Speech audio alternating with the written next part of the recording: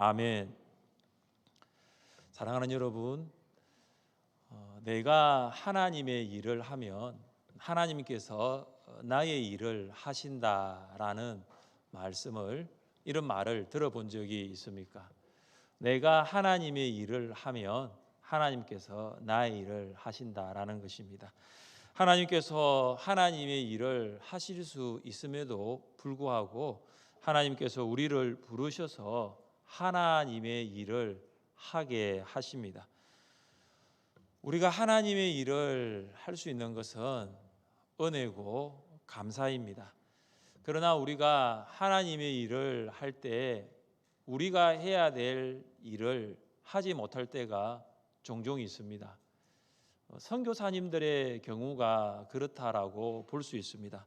선교사님들은 하나님의 부르심을 받고 선교지에서 복음을 전파합니다. 선교지의 영혼들을 향한 복음 전파가 선교사님들의 우선순위가 되기 때문에 자녀 교육은 좀 뒤로 물러갈 수밖에 없습니다. 시간과 재정에 한계가 있습니다. 그러니까 이 둘을 다 할 수가 없는 거예요. 복음을 전하는 일과 자녀를 교육하는 일입니다. 그런데 놀라운 것은 선교사님이 복음을 전파하는 일을 하며 하나님께서 선교사님의 자녀를 교육시키는 일을 하신다라는 사실입니다. 얼마 전에 우리 교회에 오셔서 함께 예배드렸던 인도로 파송받은 선교사님 부부와의 대화에서도 그와 같은 사실을 확인할 수가 있었습니다.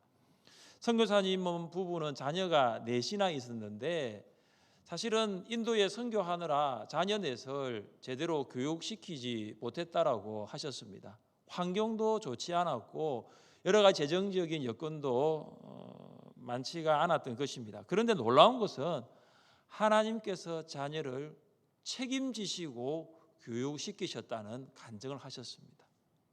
정말로 좋은 학교, 그리고 좋은 직장, 그리고 좋은 대학원에서 공부하고 있다는 것을 보면서 목사님, 저는 자녀를 위해서 한 게 별로 없습니다. 그러나 저는 인도 영혼을 사랑하였고 그곳에 하나님 부르셔서 가는데 복음을 전하는 그 일을 제가 하니까 하나님께서 저희 아이 넷을 이렇게 교육시키고 여기까지 인도하셨다라는 것입니다. 사랑하는 여러분, 여러분은 하나님의 일을 하고 있습니까?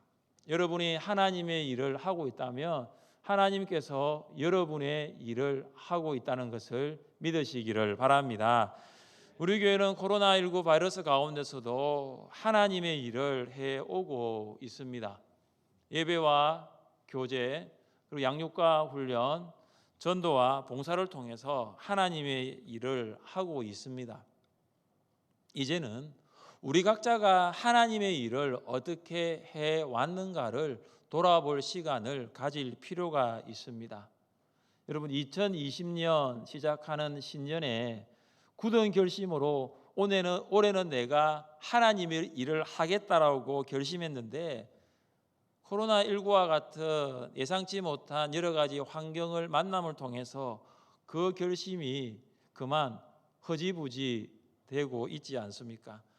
처음에는 성령과 기도를 통해서 내가 올해만큼은 이 일을 하겠다, 내가 올해만큼은 하나님의 일을 하겠다라고 했건만 지금은 성령과 주님이 주시는 지혜가 아니라 그냥 내 힘으로, 육신적인 힘으로 하려고 하고 있지 않습니까? 2020년 한 해가 정말 얼마 남지 않았습니다. 앞으로 남은 한 달 우리에게 맡겨주신 하나님의 일을 끝까지 신실하게 감당하십시오. 그간 코로나로 인하여 제대로 하지 못했던 하나님의 일이 여러분에게 생각나시거든 성실하게 하시기를 바랍니다. 우리가 하나님의 일을 할 때에 하나님께서는 어떤 일을 하십니까? 첫째, 하나님께서는 말씀으로 위로하십니다. 사도 바울은 사내들인 공회 앞에서 신문을 받았습니다. 바울이 말한 교리의 차이로 인해서 사두개인과 바리새인들 사이에서는 큰 싸움이 일어났습니다. 천부장은 그 사이에서 바울이 찢어질 것 같은 상황을 보고 군사들을 명해서 바울을 안토니아 요새 안으로 데려가도록 명령했습니다. 그날 밤 주님께서 바울을 찾아오셨습니다. 주님께서 안토니아 요새에 친히 신방 오신 것입니다. 그날 밤은 어제와는 다른 밤입니다. 왜냐하면 고난의 낮 시간을 보냈기 때문입니다. 유대인들에 의해서 찢겨 죽을 수 있을 정도로 힘들었던 하루였습니다. 정말로 고되었던 하루였습니다. 고된 하루의 모든 일들이 지나가고 밤이 왔습니다. 산해드린 공회원들의 모습은 보이지 않습니다. 사두개인들과 바리새인들의 그 화가 난 음성도 들리지 않습니다. 주님은 바울과 항상 함께 하셨습니다. 그러나 그날 밤만큼은 주님께서 바울에게 더 가까이 오셨습니다. 지금까지 여러 가지 고난을 만났건만 그날은 정말로 위험했기 때문입니다. 바울은 앞으로 이런 고난을 내가 어떻게 헤쳐나갈 수 있을지 두려움이 생겼습니다.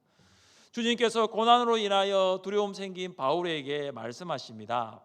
담대하라. 내가 예루살렘에서 나의 일을 정언한 것 같이 로마에서도 정언하여야 하리라. 주님께서 바울에게 고난을 옮겨주겠다라고 말씀하지 않으셨습니다. 고난을 해결해 주겠다고도 말씀하지 않으셨습니다. 주님께서 바울에게 하신 말씀은 담대하라. 이것은 바울이 현재 당하고 있는 고난에 대한 주님의 해답입니다. 고난이라는 문제에 대하여 주님께서 주시는 해답은 뭐냐 하면 담대하라입니다. 아니 고난을 해결해 주겠다고 하면 좋겠는데, 아니 고난을 옮겨 주겠다고 하시면 좋겠는데 주님께서 주시는 말씀은 담대하라입니다. 바울이 고린도에서 복음을 전할 때에 유대인들은 바울을 비방하고 대적했습니다.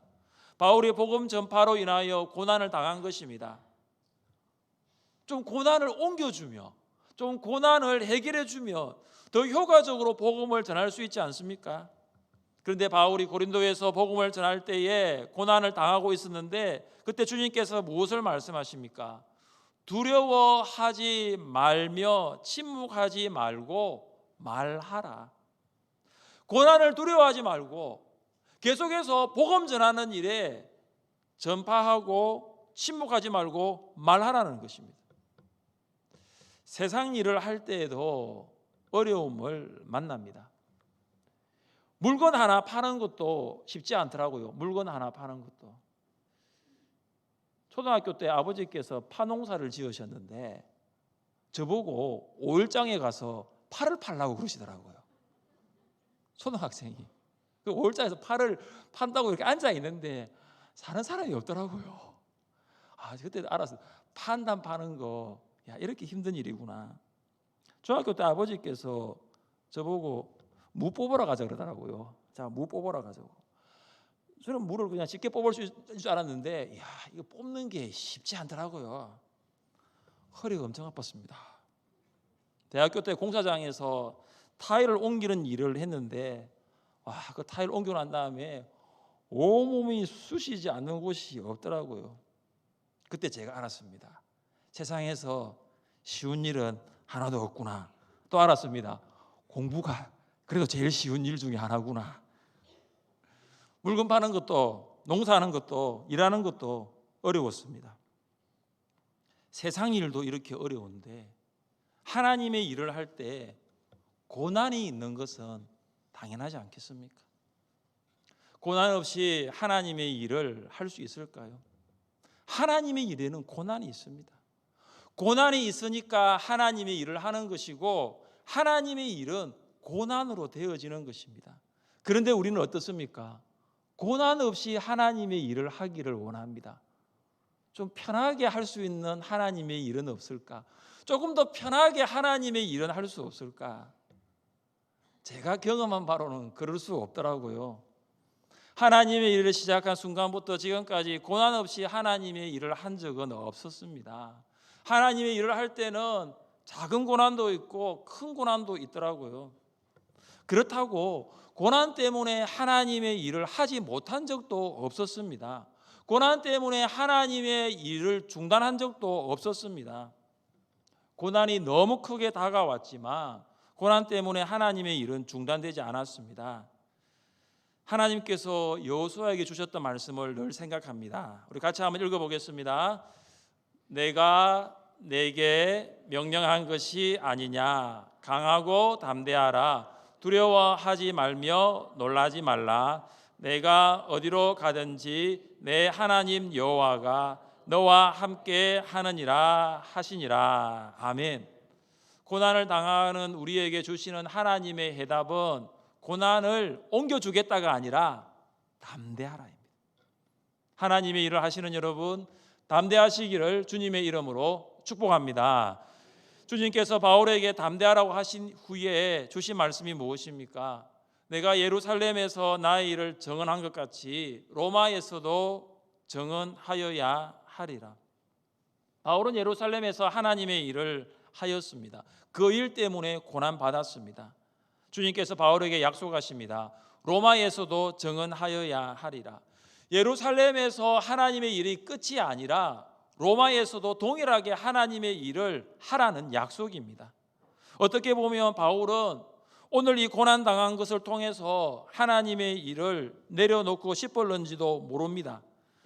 그러나 주님께서 바울에게 말씀하십니다. 오늘 하루 유대인들에게 찢겨질 정도의 고난을 받았지만 이 고난이 나의 일을 방해할 수 없다라는 것입니다. 바울은 주님의 말씀을 통해서 어떤 고난도 하나님의 일을 방해할 수 없다는 확신을 가지게 되었습니다. 그래서 예루살렘뿐만 아니라 내가 로마에서도 하나님의 일을 정언할 것이라는 약속을 받은 것입니다. 주님께서 바울의 미래를 약속하신 것입니다. 주님께서 바울에게 주신 말씀은 현재에 대한 해답인 동시에 미래에 대한 약속입니다. 사랑하는 여러분, 여러분 혹시 하나님의 일을 하면서 흔들리신 적 있습니까? 계속적으로 내가 이 일을 해야 하는가에 대하여 고민해 보신 적이 있습니까? 왜 우리는 하나님의 일을 하면서까지 흔들리고 계속해서 내가 이 일을 해야 하는 그런 고민을 합니까? 이유는 현재에 대한 해답과 미래에 대한 약속이 없기 때문입니다. 하나님의 말씀이 해답이고 하나님의 말씀이 약속임을 믿으십시오. 하나님을 일을 하면서 고난은 당할 수밖에 없는 거예요. 그 순간 우리가 붙들 수 있는 것은 말씀이에요. 그 말씀 속에서 하나님의 해답을 찾고 그 말씀 속에서 하나님의 약속을 붙드는 것입니다. 하나님께서 말씀으로 여러분을 위로해 주시기를 원합니다. 말씀이 고난의 해답과 그리고 말씀이 하나님의 일에 대한 약속임을 믿으시기를 주님의 이름으로 축복합니다. 둘째, 하나님께서는 하나님의 방법으로 보호하십니다. 하나님께서는 하나님의 일을 하는 성도를 하나님의 특별한 방법으로 보호하십니다. 하나님께서 바울을 로마까지 보내주시겠다는 약속을 한 밤이 지난 그 다음 날 아침이 되었습니다. 40명의 유대인들이 모여서 바울을 암살할 음모를 꾸밉니다. 그들의 계획이 얼마나 적극적이었는지 바울을 죽이기 전에는 먹지도 않겠다, 마시지도 않겠다, 식음을 전폐하기로 맹세한 상태였습니다. 40명의 유대인들은 대제사장들과 장로들에게 말합니다. 천부장에게 다시 바울을 공회에 소환하도록 해주십시오. 바울을 공회에 소환한 이유는 바울의 소송권을 더 자세히 알아보는 데 있다라고 말씀하십시오. 그런데 여러분, 바울의 소송권이 바울을 소환하는 실질적인 이유가 아닙니다. 바울이 성전을 모독했는지 성전을 모독하지 않았는지에 대한 관심은 그들에게 없습니다. 그들의 유일한 관심은 바울을 죽이는 것입니다. 바울이 공회로 오는 길에 그들이 매복하고 있다가 바울이 공회로 들어가기 전에 죽이고자 한 것입니다. 놀라운 것은 바울의 조카가 이 유대인들의 음모를 알았던 것입니다. 바울의 조카가 영내로 들어가 바울에게 전하였습니다. 그리고 바울은 조카를 천부장에게 보냅니다. 천부장이 이 청년의 손을 잡고 물었습니다. 내게 할 말이 무엇이냐? 바울의 조카가 천부장의 모습을 보면서 아마 어리둥절했을 것입니다. 왜냐하면 이스라엘을 지배하는 로마 장교가 식민지 백성에게 호의를 베풀고 있기 때문입니다. 천부장이 내게 할 말이 무엇이냐라는 말에 그 청년이 유대인의 암살 음모에 대하여 자세하게 천부장에게 보고합니다. 우리 함께 20절과 21절을 읽겠습니다. 대답하되 유대인들이 공모하기를 그들이 바울에 대하여 더 자세한 것을 묻기 위함이라 하고 내일 그를 데리고 공회로 내려오기를 당신에게 청하자 하였으니 당신은 그들의 청함을 따르지 마옵소서. 그들 중에서 바울을 죽이기 전에는 먹지도 않고 마시지도 않기로 맹세한 자 40여 명이 그를 죽이려고 숨어서 지금 다 준비하고 당신의 허락만 기다리나이다 하니. 아멘. 로마 장교인 천부장 앞에서 주눅이 들 만도 한데 바울의 조카 이 청년은 전혀 긴장한 모습을 보이지 않습니다. 오히려 천부장을 향하여 담대하게 말합니다. 당신은 그들의 청함을 따르지 마옵소서. 천부장은 백부장 둘을 불러서 바울을 가이사라에 보낼 수 있는 호송 준비를 하라고 명령합니다. 죄수 한 사람을 호송하는데 동원된 병력이 얼마입니까? 보병 200명, 기병 70명, 창병 200명, 도합 470명입니다. 그뿐만 아니라 빠른 소송을 위하여 천부장은 바울을 태울 짐승까지 준비하라고 명령합니다. 우리는 유대인 40명이 바울을 암살하려는 의모, 그리고 암살 정보를 알게 된 바울의 조카가 바울을 만나고 천부장에게 암살 업무를 보고한 일, 그리고 천부장이 바울을 보호하기 위하여 가이사라까지 호송 작전에 대해서 들었습니다. 이런 일련의 과정을 통해서 우리가 알 수 있는 것이 무엇입니까? 하나님께서는 일하고 계시다라는 것입니다. 하나님께서는 바울의 조카를 사용하셨습니다. 하나님께서는 천부장의 마음을 움직이셨습니다. 바울의 가족 중에 유일하게 성경에 등장한 인물이 바울의 조카입니다. 이후로는 바울의 조카가 신약 성경 어디에도 나타나지 않습니다. 마치 하나님께서 인생이라는 그 영광 무대에 바울의 조카를 까메오 특별 출연시키신 것입니다. 바울을 보호하는 방법으로 하나님께서 조카를 사용하신 것입니다. 또 하나님께서는 바울을 보호하는 방법으로 로마 군대를 사용하셨습니다. 바울이 예루살렘에서 가이사라까지 96km 떨어진 곳을 갈 때에 어떻게 갔냐 하면은 짐승을 타고 갔습니다. 여러분, 이전에 바울이 가이사라에서 예루살렘으로 올 때 그가 걸어왔습니다. 이제 자연인이 아니라 제수의 신분인데도 그에게 동원된 교통수단은 도보가 아니라 나귀 혹은 말이었다는 사실입니다. 사랑하는 여러분, 하나님께서 일하시는 방법은 우리의 생각을 뛰어넘습니다. 하나님께서 일하시는 방법은 우리의 방법을 뛰어넘습니다. 인간의 방법은 한계가 있지만 하나님의 방법은 한계가 없습니다. 우리의 생각으로 하나님의 일하시는 방법을 제한하지 마십시오. 하나님께서는 우리의 생각을 뛰어넘어 그분의 방법으로 일하십니다. 아프리카 우간다의 아주 깊은 열악한 농촌 지역에 파송받아 복음을 전한 스미스 선교사님이 있었습니다. 선교사님이 복음을 전하는 어느 날 원인 모를 병에 걸려서 굉장히 힘든 시간을 보내었습니다.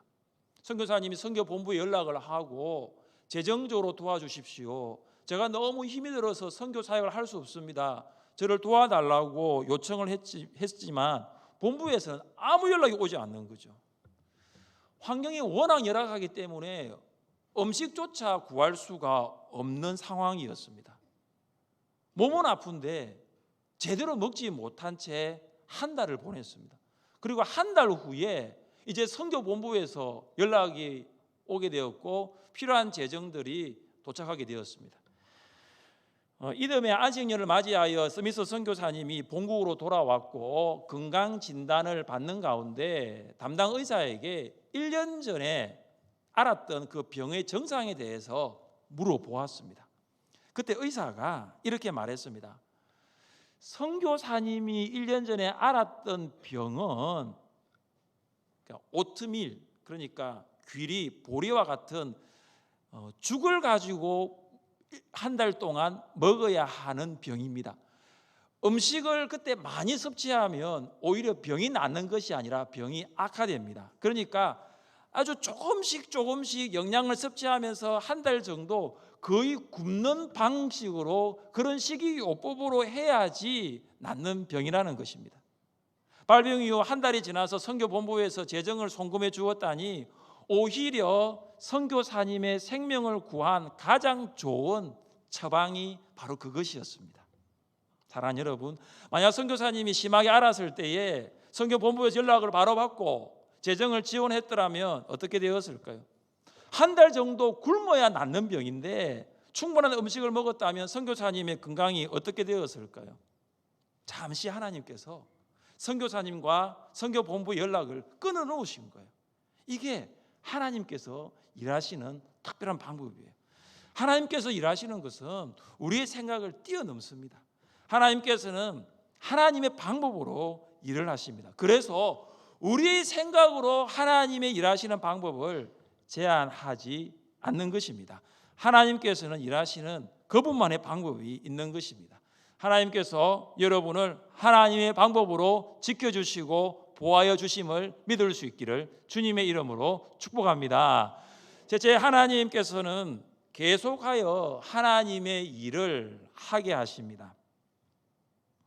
부하인 천부장 글라우디오 루시아는 상관 총독 벨릭스에게 편지를 보냅니다.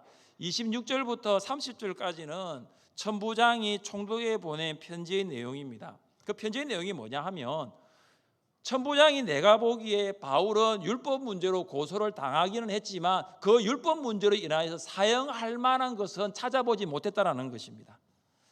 470명의 로마 군인들이 바울을 호송하여 안디바드리에 도착하였습니다.